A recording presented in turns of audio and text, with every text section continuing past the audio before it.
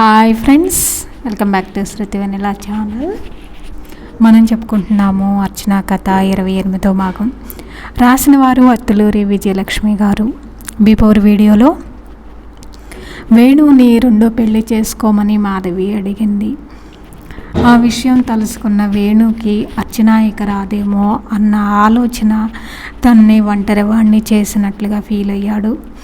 ఇంటికి వెళ్ళాలంటే మనసు రాక ట్యాంకు బండ వైపుకు వెళదామని బయలుదేరిన వేణుకి మధ్యలో రవీంద్ర భారతిలో ఏదో ప్రోగ్రాం జరుగుతున్నట్లుండి అక్కడ ఆగాడు. రవీంద్ర భారతి లోపలికి వెళ్ళిన తర్వాత ఇద్దరు అందమైన అమ్మాయిలు కనిపించారు.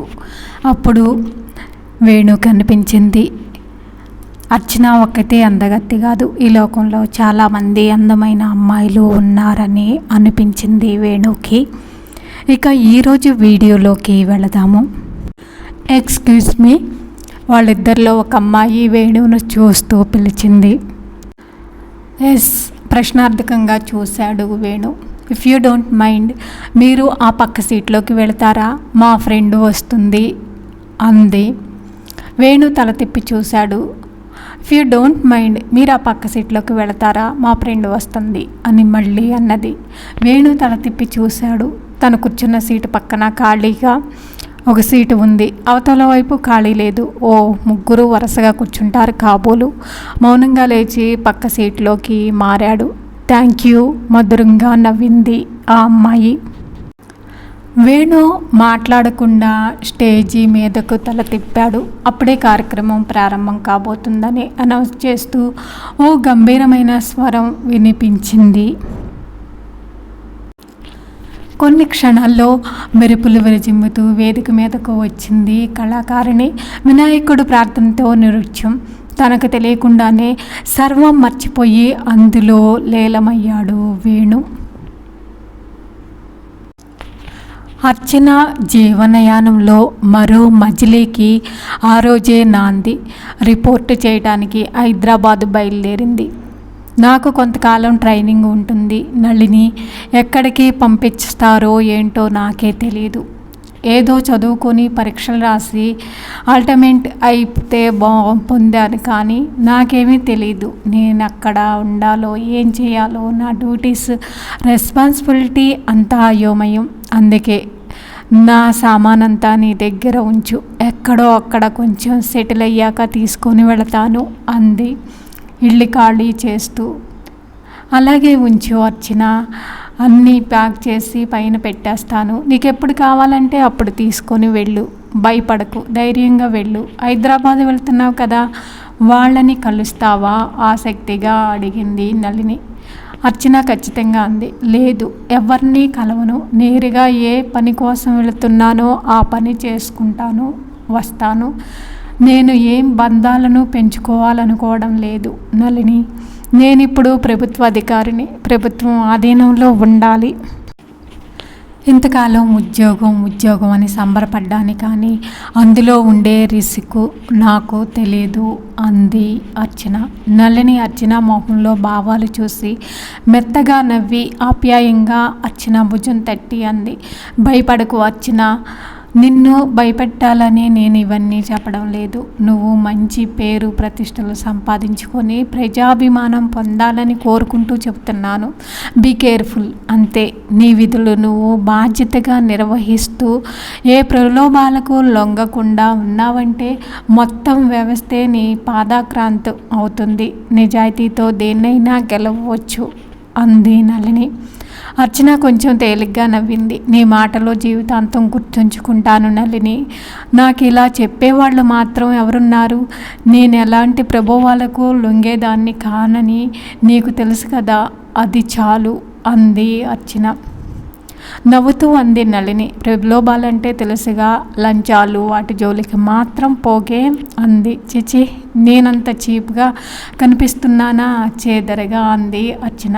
నళిని నవ్వి అర్చన చెయ్యి చేతిలోకి తీసుకొని చెప్పింది. సామాన్ ఆటోలో వేశారిద్దరు.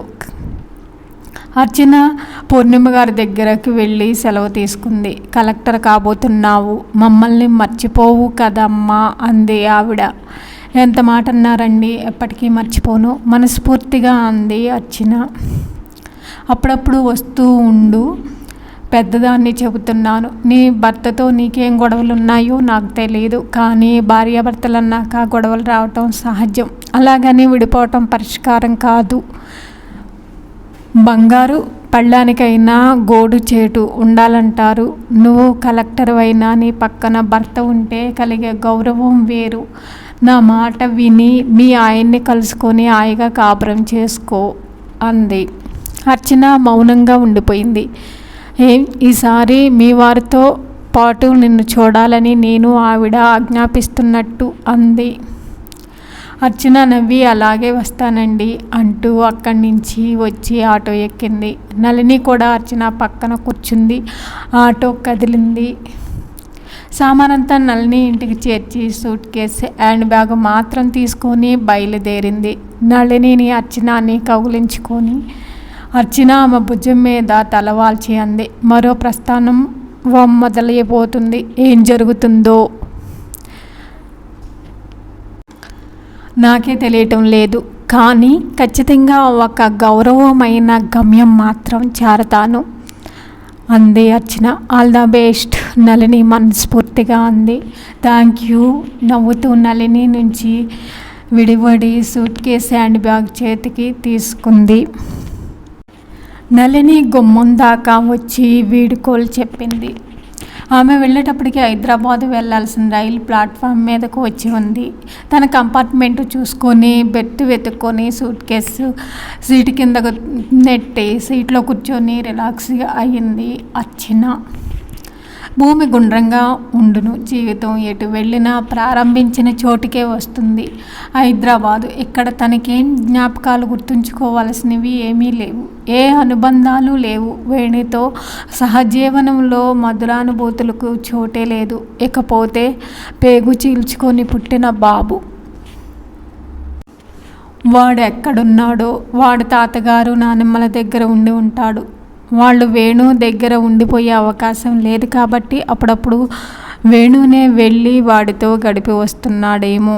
తను వేణుకి ఎదురుపడే అవకాశమే లేదు. సెక్రటరియేట్లో పని కాగానే తిరిగి రైల్లో బస్సు ఎక్కి వెనక్కి వచ్చేస్తుంది. ఇకపోతే బాబు. వాడిని చూడాలన్న ఆరాటం తనకి లేదు. కాకపోతే వాడిని వదిలేసి వచ్చినందుకు మాత్రం అప్పుడప్పుడు బాధ కలుగుతుంది. కానీ తప్పదు. ఇంకెవరున్నారు? మాధవి ఉద్యోగం చేస్తుందో మానేసిందో? అతను ఉండి ఉంటాడా? ఇంకెక్కడికైనా వెళ్ళాడేమో. అతను కానీ మళ్ళీ కనిపించడు కదా. మానుతున్న గాయం మీద కారం చల్లినట్టు అతను కనుక కనిపిస్తే తను ఖచ్చితంగా డిస్టర్బ్ అవుతుంది. భగవంతుడా, అతను మాత్రం కనిపించకూడదు. మనసంతా వికలమైపోయింది. హఠాత్తుగా భవిష్యత్తు శూన్యం అనిపించింది. Excuse me. అర్చన ఆలోచనల్లో తేరుకొని తల తిప్పి చూసింది. 25 యువతి ఎదురుగా నిలబడి ఉంది. చేతిలో సూట్ కేసు, భుజానికి హ్యాండ్ బ్యాగు. కొంచెం జరిగితే సూట్ కేసు పెట్టుకుంటాను అంది. అర్చన కాళ్ళు దగ్గరికి లాక్కుంది. ఆ అమ్మాయి వంగి సూట్ కేసు సీటు కిందకితో నెట్టి అమ్మయ్య అంటూ సీట్లో కూర్చుంది. మీరు హైదరాబాదేనా అడిగింది. అవునన్నట్టు తల ఊపింది అర్చన. నేను హైదరాబాదేనండి. నాకు గ్రూప్ 1 ఎగ్జామ్స్ లాట్ సెక్రటరీలో రిపోర్టు చేయాలి. అర్చన కళ్ళు సంబరంతో ఇచ్చుకున్నాయి. అరే, నేను కూడా రిపోర్టు చేయడానికే వెళ్తున్నాను అంది. ఓ అలాగా, గ్లాడ్ టు మీట్ యూ. నా పేరు గాయత్రి. మీరు? నా పేరు అర్చన అంది అర్చన. అబ్బా, చాలా హ్యాపీగా ఉంది అర్చన. ఒక్కదాన్నే, నాకేం తెలీదు. ఏం చేయాలో అని ఆలోచిస్తూ బయలుదేరాను. నేను అంతే నవ్వింది అర్చన. కాసేపట్లో ఇద్దరు కబుర్లలో పడిపోయారు. వాళ్ళ కబుర్లలో చూడగానే రైలు కదిలింది. ప్రీతికి హైదరాబాదులో హైటెక్ సిటీలో ఉద్యోగం సంపాదించింది మాధవి. ప్రీతిని ఎలాగైనా హైదరాబాదు పిలిపించాలన్న ఆమె కోరిక నెరవేరింది. వచ్చాక వెతుక్కుంటుందిలే పిన్ని, పంపించెయ్యి, నాకు బోరుగా ఉంది, ప్రీతి తోడుగా ఉంటుంది అని ఎంత బతిమాలినా శైలజ మాత్రం ముందు ఉద్యోగం దొరకనివే, అలాగే పంపిస్తాను అటు నుంచి అటే పెళ్లి చేసి పంపించేద్దు కానీ అని ఉద్యోగం దొరికిన దాకా పంపలేదు. సాఫ్ట్వేర్ ఇంజనీరింగ్గా ఉద్యోగం త్వరగానే దొరికింది. ఆ రోజు ప్రీతి వచ్చే రోజు శుక్రవారం ఉదయాన్నే 6ంటికి వచ్చేస్తుంది బస్సు. చక్రవర్తి డిపోకి వెళ్ళి ప్రీతిని పికప్ చేసుకున్నాడు.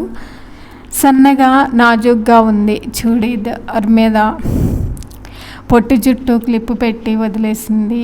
చున్నీ మెడకు వేసుకుంది. అమ్మాయి దగ్గరికి వెళ్ళి అనుమానంగా పిలిచాడు ప్రీతి అని. చటుక్కున చూసి నవ్వింది. హాయ్ బావగారు, ఎలా ఉన్నారు అంటూ పలకరించి చనువుగా కారులో చక్రవర్తి పక్కనే కూర్చొని, మిమ్మల్ని పెళ్ళిలో చూశానంతే. నేనప్పుడు 10th ఉన్నాను. మీరు నన్ను అసలు గుర్తుపట్టరేమో అనుకున్నా. పర్వాలేదే. గబగబా మాట్లాడుతూ దారి పొడుగునా తన కాలేజీ కబుర్లు, ఉద్యోగం కబుర్లు తెగ చెప్పేసింది. తనకి హైదరాబాదులో ఉద్యోగం చూపించినందుకు బోలెడంత థ్యాంక్స్ కూడా చెప్పింది. ఆ అమ్మాయి చలాకితనం, నాటకారితనం చూశాక మాధవి అంచనా తప్పు కాదని, త్వరలోనే వేణుని బుట్టలో వేసేయగలదని అనిపించింది చక్రవర్తికి.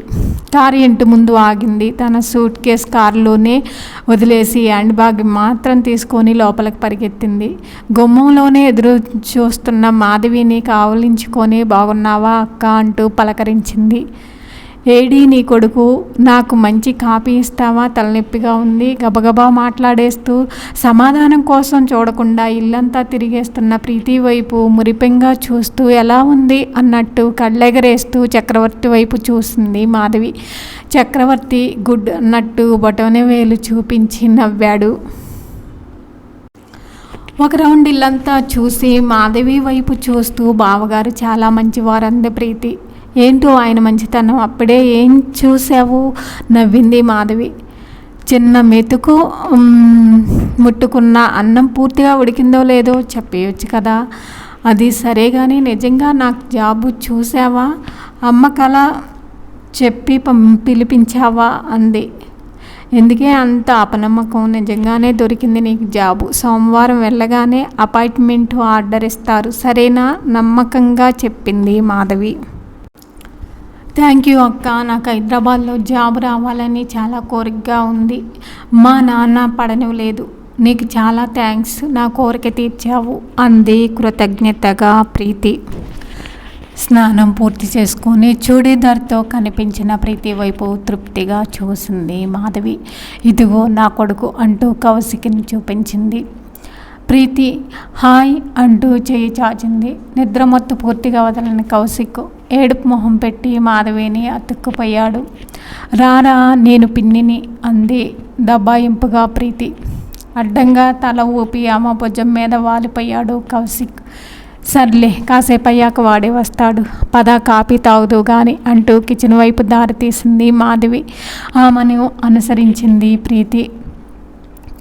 వెనకాలే వస్తున్న ప్రీతిని మాధవి భుజం మీద నుంచి తొంగి చూస్తున్నాడు కౌశిక్. పిలిస్తే రాకుండా ఏంటిరా దొంగ చూపులు చూస్తున్నావు, అన్నీ వెందవ బుద్ధులే, మగ బుద్ధులు అంది ప్రీతి.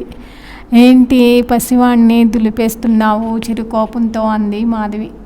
పసివాడైనా ముసలోడైనా మగాడేగా, నీకు మగాళ్ళంటే ఏదో కసి ఉన్నట్టుంది చాలా కోపంగా ప్రీతి. మాధవి పూర్తిగా ప్రీతి వైపు తిరిగి ఆశ్చర్యంగా అడిగింది. ఎందుకేంటి ప్రతిదానికి కాంపిటీషన్కి వస్తారు కోపంగా అంది ప్రీతి. అన్న తీరికి గట్టిగా నవ్వి కౌశిక్ని ప్రీతి చేతికిస్తూ, వాళ్ళు అలాగే అనుకుంటున్నారు, అమ్మాయిల గురించి ఎత్తుకు వీణ్ణి కాపీ కలుపుతాను అంది. ప్రీతి చేతిలోకి మారిన కౌశిక్ ఏడుపు లంకించుకున్నాడు. ఏడవకరా నీకు చాక్లెట్లు కొనిస్తాను అంటూ భుజాన వేసుకొని వంటగదిలో నుంచి డైనింగ్ హాల్లోకి తిరుగుతూ అవి ఇవి చూపిస్తూ వాడిని ఓదార్చే ప్రయత్నం చేయసాగింది ప్రీతి. మాధవి 5 నిమిషాల్లో పొగలు కక్కుతున్న కాఫీ అందిస్తూ ఇలా ఇవ్వు అంటూ కౌశిక్ని అందుకుంది. ప్రీతి కాఫీ గ్లాస్ చేతికి తీసుకొని డైనింగ్ టేబుల్ దగ్గరున్న కుర్చీలో కూర్చుంది. వీడికి మొహం కడిగించి వస్తాను అంటూ మాధవి వాష్ బేసిన్ దగ్గరకు వెళ్ళింది. ఉద్యంగా నీట్గా ఎక్కడ వస్తూ అక్కడ గీసినట్లు అందంగా పేర్చుకున్న ఫ్రిడ్జ్, మైక్రోవేవ్ అన్నీ చూస్తూ కాఫీ తాగుతుంది ప్రీతి. ఇంతలో మాధవి కౌశిక్కి స్నానం చేయించి అక్కడికి తీసుకొచ్చి పాలు కలిపి అందులో కాంప్లైన్ కలిపి తీసుకొచ్చింది. అది చూసిన ప్రీతి వీడి కాంప్లైన్ బాయా అని అడిగింది బుగ్గగిల్లుతూ కౌశిక్ది. మాధవి నవ్వింది. ఇవాళ ఎక్కడికన్నా వెళదాం వస్తావా అడిగింది. నీ ఇష్టం, నువ్వు ఎక్కడికంటే అక్కడికి అంది. ఓకే, లంచ్ అయ్యాక నా ఫ్రెండ్ వాళ్ళు ఉన్నారు, అక్కడికి వెళదాం, వాళ్ళు కూడా వస్తే అందరం కలిసి శిల్పారాం వెళ్ళొద్దాం అంది. ఓ థ్యాంక్ యూ, నాకు కూడా ఎప్పటి నుండో శిల్పారాం చూడాలని కోరిక హుషారుగా అంది ప్రీతి. ఓకే అంటూ చక్రవర్తిని పిలిచి అప్పటికప్పుడే మధ్యాహ్నం లంచ్ తర్వాత వేణు ఇంటికి వెళ్ళి అందరూ కలిసి శిల్పారాం వెళ్ళటానికి నిర్ణయం చేసింది మాధవి. ఆమె పనితీరు, మాటలు, కౌశిక్ని పెంచుతున్న విధానం, నిర్ణయాలు తీసుకోవడంలో ఆమె చూపిస్తున్న నేర్పు అన్నీ పరిశీలిస్తూ అక్క దగ్గర చాలా నేర్చుకోవాలి అనుకుంది ప్రీతి. అర్చన జీవితంలో మరో అధ్యాయం మొదలైంది. ఉద్యోగస్తురాలుగా జీవితం ప్రారంభమైంది. హైదరాబాద్ నుంచి నేరుగా వచ్చి మచిలీపట్నంలో కలెక్టర్కి రిపోర్ట్ చేసింది. అతను చిన్నవాడే, మంచివాడు, ఎంతో మర్యాదగా స్నేహంగా మాట్లాడాడు. గుడివాడలో విఆర్ఓ ట్రైనింగ్కి పంపించాడు. తహసీల్దార్ కూడా మంచివాడే, స్నేహంగా ఉంటున్నాడు. ఇంతటితో ట్రైనింగ్ అయిపోయింది అనుకోకండి, చాలా ఉంటాయి అన్నాడు మొదటి రోజు అర్చన బెదురు చూసి. నవ్వేసింది అర్చన. మంచిదే కదండి, అనుభవజ్ఞుల ద్వారా శిక్షణ పొందితే నేను పర్ఫెక్ట్ కలెక్టర్ని అవుతాను అంది. అవుతారులేండి, మీరు చాలా షార్ప్గా ఉన్నారు అన్నాడు. థ్యాంక్ యూ అని నవ్వేసింది. అలా అన్నదే కానీ మనసులో కొంచెం దిగులు మొదలైంది. ఇక నుంచి ఊరూరు తిరగాలేమో, బదిలీలు, ట్రైనింగ్లు అంటూ ఎక్కడికి వెళితే ఎవరు ఎదురవుతారో అని భయం వేసింది. ఎవరెదురైనా మానిపోతున్న పుండిని ఏదో ఒక రకంగా కెలకటమే జరుగుతుంది. అలా జరిగితే తన ఉద్యోగానికి న్యాయం చేయలేదు. ఏ ఆందోళన లేకుండా ప్రశాంతంగా నిశ్చింతగా ఈ ఉద్యోగంలో అంచెలంచెలకు ఎదిగి ఏనాటికైనా ఐఏఎస్ అనిపించుకోవాలి, తప్పకుండా అనిపించుకుంటా అని అనుకుంది అర్చన. అలా అనుకున్నాక అర్చనకి చాలా హాయిగా అనిపించింది. అర్చన ఐఏఎస్ ఎంత బాగుంటుంది, ఎప్పటికీ వస్తున్నారు అని అనుకుంది అర్చన. అర్చనకి క్వార్టర్సు, ప్రభుత్వ వాహనం ఏర్పాటు చేశారు. 3 నెలలు అప్పుడే 3 ఊళ్ళు తిరిగింది. గుడివాడలో ప్రస్తుతం విఆర్ఓ ట్రైనింగ్ ఉంది. మొదటి రోజు మచిలీపట్నం రోడ్ల మీద తిరుగుతుంటే అణువణువు తమాషాగా స్పందించింది. మచిలీపట్నానికి ఓ చరిత్ర ఉంది, ఆంధ్రప్రదేశ్ చరిత్రలో ఓ ప్రాధాన్యత ఉంది. అయితే మొదటిసారి చూసినప్పుడు అనిపించింది, సుదీర్ఘమైన చరిత్ర కలిగిన ఊరు ఇలా ఉంది. ఈ మచిలీపట్నం 3వ శతాబ్దం నాటికే ఏర్పడిందంటారు. ఇంకా అప్పట్లాగే ఉంది, ఇంతకన్నా బాగు చేయలేరా అని అనిపించింది. ఫ్రెంచ్, డచ్, బ్రిటిష్ వారు ఆంధ్రప్రదేశ్లో మొదటగా వాళ్ళు వ్యాపార కార్యక్రమాలు సాగించింది ఇక్కడి నుంచే. అమ్మ బందర్ లడ్డు ఎంత బాగా చేసేది, తల్లి గుర్తుకు రాగానే కళ్ళల్లో నీళ్లు తిరిగాయి. ఎంత నిర్దయం వాళ్ళకి, నా సుఖం కన్నా పరువు మర్యాదలే ముఖ్యం కాబోలు, గుండె బరువెక్కింది. ఆడపిల్లలు అత్తగారింట్లో బుద్ధిగా ఉంటూ భర్త ఏమన్నా ఎదురు చెప్పకుండా పుట్టింటి పరువు నిలబెట్టి అంటారు. ఎందుకీ తేడా? ఆడపిల్లగా తన ఎదిగిన తీరు, తన హోదా, రేపు ఈ సమాజంలో తనని అవహేళన చేసిన ఈ సమాజంలో తను ఒక పెద్ద ఆఫీసర్గా తిరుగుతుంది. వీళ్ళంతా రేపటి నుంచి తన అడుగులకి మడుగులెత్తారు. ఇప్పుడు తను ఆ యదవ నాగరాజును ఏమైనా చేయవచ్చు. తనకి కొద్ది రోజుల్లోనే పవర్స్ వస్తాయి. Powerful lady. ఇది ఏ తల్లి తండ్రికైనా ఎంత గర్వకారణం. కానీ ఏం జరుగుతుంది? వాళ్ళ నుంచి, వాళ్ళ కుటుంబం నుంచి, ఆఖరికి వాళ్ళ జీవితాల నుంచే తనని వెలివేశారు. చాలా అన్యాయం, చాలా అన్యాయం. నేను ఈ అన్యాయం సహించలేను, బాధగా అనుకుంది అర్చన. ఇక్కడ వేణు విళ్ళుకునే ప్రయత్నాలు చేస్తున్నాడు. తను ఉంటున్న ఇంటికే బేరం పెట్టాడు. మంచి రోజు అదే. ఆ రోజు సాయంత్రం ఇద్దరు కలిసి వెళ్ళి ఓనర్కి 2 లక్షలు అడ్వాన్స్ ఇచ్చి అగ్రిమెంట్ రాసుకున్నారు. ప్రీతి వేణుతో స్నేహం కలిపేసింది. ఆ రోజు శిల్పారాం వెళ్ళినప్పుడే చాలా కబుర్లు చెప్పేసింది వేణుకి. వేణు ఇల్లు కొన్నందుకు కంగ్రాట్స్ వేణు షేక్ హ్యాండ్ ఇస్తూ అభినందించింది ప్రీతి. థ్యాంక్ యూ నవ్వుతూ చెప్పాడు వేణు. మాధవి వాళ్ళిద్దరిని మరోసారి కలపాలని అనుకున్నా తొందరపడకుండా అవకాశం కోసం ఎదురు చూడసాగింది. వాళ్ళిద్దరిని కలపడం కోసమే డిన్నర్ ఏర్పాట్లు చేసింది. వేణు మధ్య మధ్య మాధవిని అక్క ఆ విషయం తెలుసా, ఈ సంగతి తెలుసా అంటూ కదుపుతున్న మాధవి మాత్రం వాళ్ళ మాటల మధ్య ఎక్కువగా తనను కానీ చక్రవర్తిని కానీ అడ్డు రాకుండా జాగ్రత్తగా పడింది. త్వరలోనే ఇద్దరు మంచి స్నేహితులయ్యారు. అర్చన తర్వాత భాగం నెక్స్ట్ వీడియోలో చెప్పుకుందాము. ఈ వీడియో మీకు నచ్చితే లైక్ చేయండి, కామెంట్ చేయండి. Please subscribe my channel. Thank you for watching.